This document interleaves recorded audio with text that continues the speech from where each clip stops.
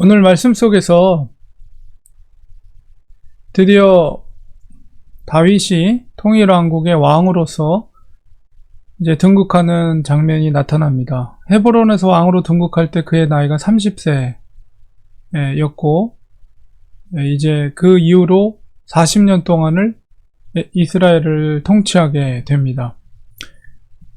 정적이었던 사울 가문의 이스보셋 북쪽 이스라엘의 왕이 이제 죽음을 맞이하게 됨으로 인해서 다윗은 곧바로 북쪽으로 진군한 것이 아니라 오히려 이스라엘의 모든 장로들이 헤브론에 있는 다윗을 찾아와서 다윗에게 이제 북쪽의 왕국도 당신이 우리의 왕이 되어서 다스려 줄 것을 이제 제안을 하고 다윗이 그것을 받아들이게 됩니다.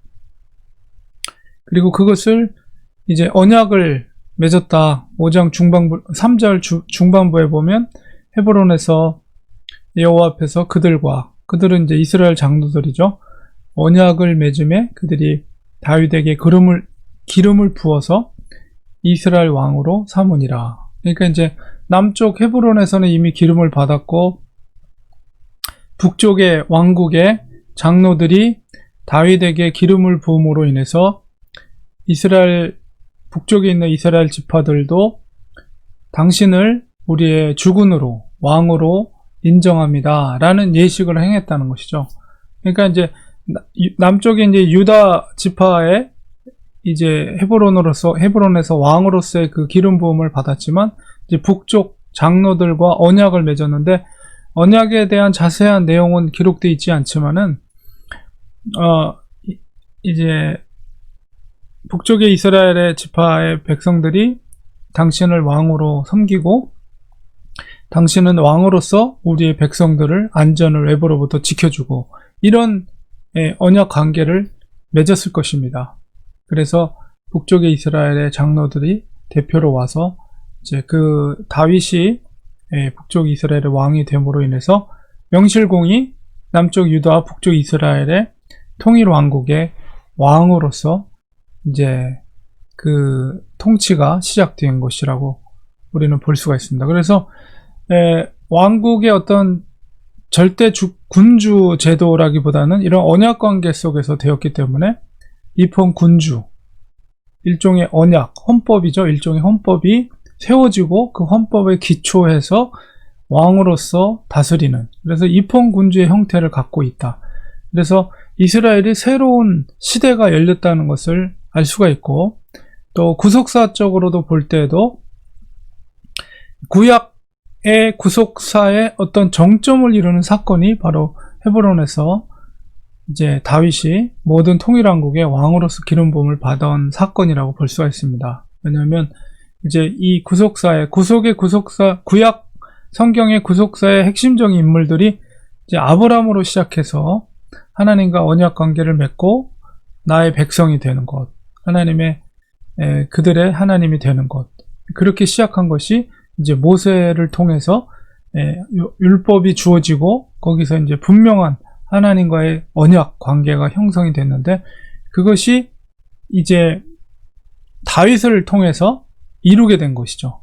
그러니까 다윗의 왕국이 또 하나님의 왕정 통치를 이루는 왕국으로서 세워지고 구속사의 다윗이 왕이 된 것이 정점에 이른 사건이다, 이렇게 볼 수가 있습니다. 그러니까 한 사람의 초라한 베들레헴의 목동이었던 다윗이 이스라엘 전체의 이제 왕이 된 이 사건은 이런 큰 의미를 담고 있다고 볼 수가 있습니다. 그리고 개인적으로도 정말 귀한 사건이고 모든 그동안의 고통과 고난이 멈춰진 사건이기 때문에, 더불어서 또 나라적으로도 국가적으로도 볼 때 새로운 시대가 열리게 된 것이다, 이렇게 볼 수가 있습니다.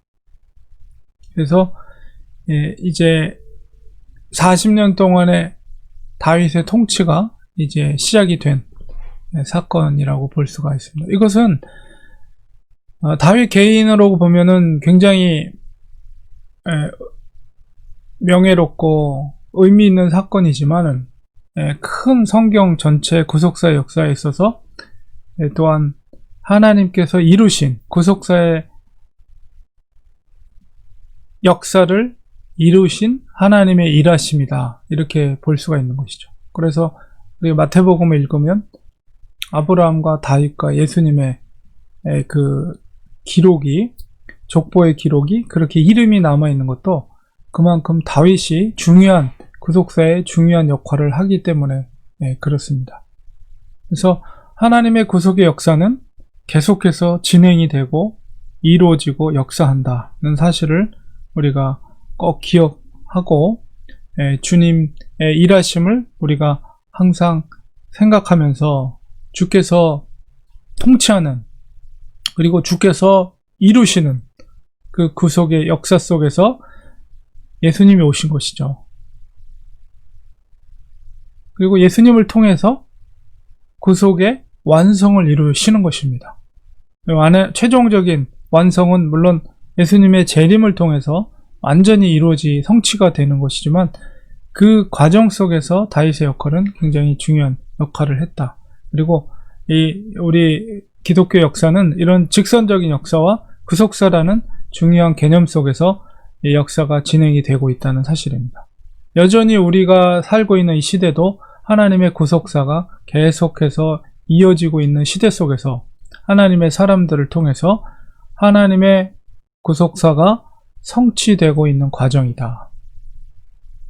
우리도 역시 하나님의 그 부르심을 따라서 우리가 믿음이 있는 그리스도인들은 그 하나님의 완전한 성취, 구속사의 성취를 위해서 우리를 부르셨고 우리가 이 땅에서 살아가고 있다는 사실을, 우리가 그런 역사적인 인식을 가지면서 우리가 살아가야 됩니다. 물론 다윗은 위대한 왕이었지만 오늘날에는 보이지 않는 작은 하나님의 제자들이 이 땅에서 존재하면서 주님의 말씀을 이루어가고 순종하면서 하나님의 구속사가 완성되어 간다는 사실을 우리가 인식하시고, 우리의 사명과 역할도 굉장히 중요하다는 것을 우리가 인식하면서 우리에게 맡겨진 사명, 하나님께서 우리에게 맡긴 달란트, 그 사명을 충성스럽게 우리가 감당하는 우리가 되어야 되겠습니다. 기도하겠습니다. 하나님 아버지, 감사합니다. 오늘 말씀을 통해서 하나님의 창세 때부터 하나님의 생명책에 기록된 하나님의 백성들을 구원하기 위한 구속의 역사를 성취해 가시는 하나님의 모습을 보게 됩니다. 다윗이 왕으로 등극이 되고 새로운 시대가 열렸습니다. 하나님, 물론 그 다윗의 왕국이 완전한 왕국은 아니지만 또 하나님께서 독생자 그리스도를 보내주심으로 그 불완전한 다윗의 왕국이 예수님께서 다스리는 완전한 하나님의 나라로, 하나님의 왕국으로 이어져 가고 그것을 성취해 가고 계십니다. 지금도 하나님의 구속사는 그 완성을 위해 예수님의 재림의 때까지 계속해서 진행되고 있는 것을 우리가 믿음으로 고백합니다. 하나님, 그 구속사 속에 우리도 쓰임받는 자들이 되게 하여 주시옵소서. 하나님의 말씀에 순종함을 통해서 우리에게 맡겨진 사명, 우리에게 맡겨진 달란트, 아버지 충성되이 감당하게 하시고 하나님의 구속사의 완성을 위해서 우리도 작은 퍼즐 조각이 되어서 그 그림의 완성을 위해, 구속사의 완성을 위해 쓰임받는 삶이 되게 도와주시옵소서. 예수님의 이름으로 기도드리옵나이다. 아멘.